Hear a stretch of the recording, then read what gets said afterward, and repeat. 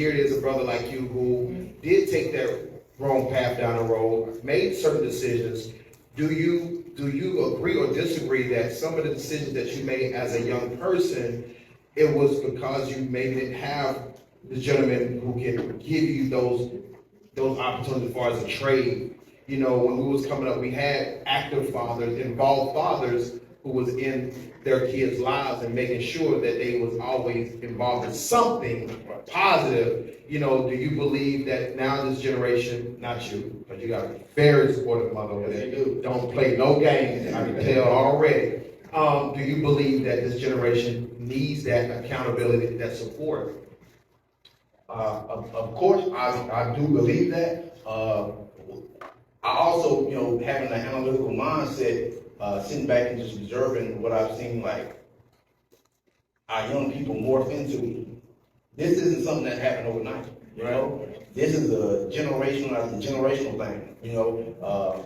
Part of this generation ignorance is due to their parents not having their ignorance, you know, because nobody taught them, and so on and so forth, you know? And then, you know, also, I don't like to, I'm gonna keep it real when I'm on these mics. I'm gonna just be honest. That's really something that I stand on real tough when it comes to the Rise&Shine brand. That's gonna be what's different about me. So I'm not gonna sit here and act like I don't understand the culture of this place we live in here in America. I'm not gonna sit like I don't understand the factors that's playing a part in making sure these young people only see certain things and aspire to be those things. You know, you can ban things like, and this is something we see going on in the news like TikTok, because if used wrong, of course it's going to expose you to the wrong things. But if used right, it's information on there that actually lead you to God. Right. You understand what I'm saying? But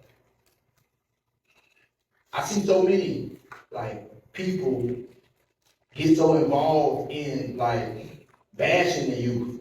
But I don't bash my meeting where they at, because I can also say that what you may or may not know of, I come from the culture of G-Shine Bloods. Like, I come from the gang culture all the way in it, even with my penitentiary experience, all the way active. I have a brother to my right who's been boss for that, all the way active.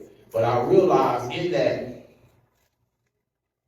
I learned my history.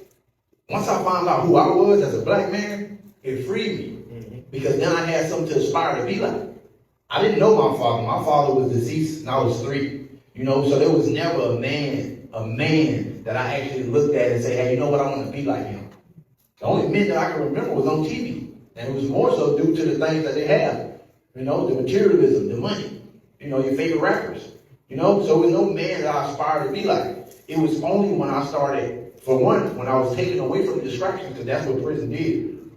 And then I actually gained interest in reading about those before me, those that I came from, finding out who I was, that it gave me that passion to say, you know what, that's somebody I'm aspiring to be like. I can remember at the point that I decided to pull my pants up and never sat again. It was because I read the book of Malcolm X, the autobiography. Yeah. It was because I read Soul on Ice by George Jackson. It was these brothers who taught me how to stand there right as a black man and represent who I am to the fullest, even if it meant the end of my life. It was things like that. So I say when it comes to our young culture, you really have to be educated. It's a good thing to catch them before they get too far gone. Because from my experience, it's a battle trying to fight a young person who's caught up in this gangsterism mentality as opposed to one who hasn't been introduced to it yet. When you can educate a young person on who they are, you give them purpose. You give them purpose. We have to be real serious about helping our young people. On a scientific level, you understand the way the brain works. You know, from birth, those first 7 years, you really got to be pouring into them who they are, what they come from, and what they're capable of, because that's what's going to make up their subconscious mind, turn them into the individual who they're going to be, into preteen, teens, and so forth. We have to be real serious about this thing, you know? So I do agree on, you know, the young people not having effective, because there's resources out there, effective people in their life, because a lot of older people now I see they can't relate to them, so they just wash their hands with them. Yeah. That's why, you know, with what we do, we made it our thing to be where they're at. Yeah. Coming from the gang culture, coming from prison, coming from, you know, backstory, unfavorable circumstances. So let me ask you this, and I'm going to ask you